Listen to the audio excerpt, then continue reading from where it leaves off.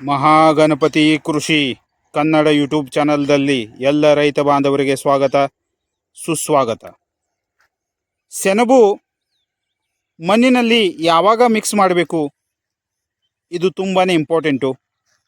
ತಾವು ಸೆಣಬನ್ನು ವ್ಯವಸ್ಥಿತವಾಗಿ ಮಣ್ಣಿನಲ್ಲಿ ಮಿಕ್ಸ್ ಮಾಡಿದ್ದಲ್ಲಿ, ಸರಿಯಾದ ಸಮಯದಲ್ಲಿ ಮಿಕ್ಸ್ ಮಾಡಿದ್ದಲ್ಲಿ ತಮಗೆ ತುಂಬಾ ಚೆನ್ನಾಗಿ ಸೆಣಬಿನ ರಿಸಲ್ಟು ಬರುತ್ತೆ. ಇದು ಹಸಿರು ಬೆಳೆ ಗೊಬ್ಬರ ಆಗಿದೆ. ಅದರ ಸಲುವಾಗಿ ತಾವು ಸೆಣಬನ್ನು ಯೋಗ್ಯ ಸಮಯದಲ್ಲಿ ಮಿಕ್ಸ್ ಮಾಡುವುದು ತುಂಬಾ ಇಂಪಾರ್ಟೆಂಟು. ತಾವು ಈ ತರಹ ಹೂವಿನ ಸ್ಟೇಜಿಗೆ, ಫ್ಲವರಿಂಗ್ ಸ್ಟೇಜಿಗೆ ಸೆಣಬು ಯಾವಾಗ ಬರುತ್ತೆ ಆ ಟೈಮ್ದಲ್ಲಿ ತಾವು ಸೆಣಬನ್ನು ಮಣ್ಣಿನಲ್ಲಿ ಮಿಕ್ಸ್ ಮಾಡಬೇಕು. ಇದು ತುಂಬಾ ಇಂಪಾರ್ಟೆಂಟು.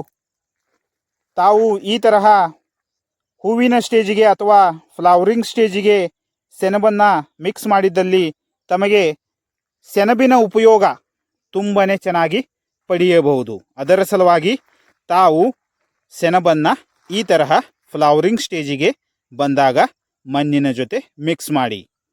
ಕಬ್ಬು ಕೃಷಿಯನ್ನು ಪ್ರಾರಂಭಿಸುವ ಮೊದಲು ಸೆಣಬಿನ ಕೃಷಿ ಮಾಡುವುದು ತುಂಬಾ ಇಂಪಾರ್ಟೆಂಟು. ಇದರಿಂದ ಆರ್ಗ್ಯಾನಿಕ್ ಮ್ಯಾಟರ್, ಮಣ್ಣಿನಲ್ಲಿರುವ ಆರ್ಗ್ಯಾನಿಕ್ ಮ್ಯಾಟರ್ ಏನಿರುತ್ತಲ್ಲ ಅದು ತುಂಬಾ ಚೆನ್ನಾಗಿ ಡೆವಲಪ್ ಆಗುತ್ತೆ.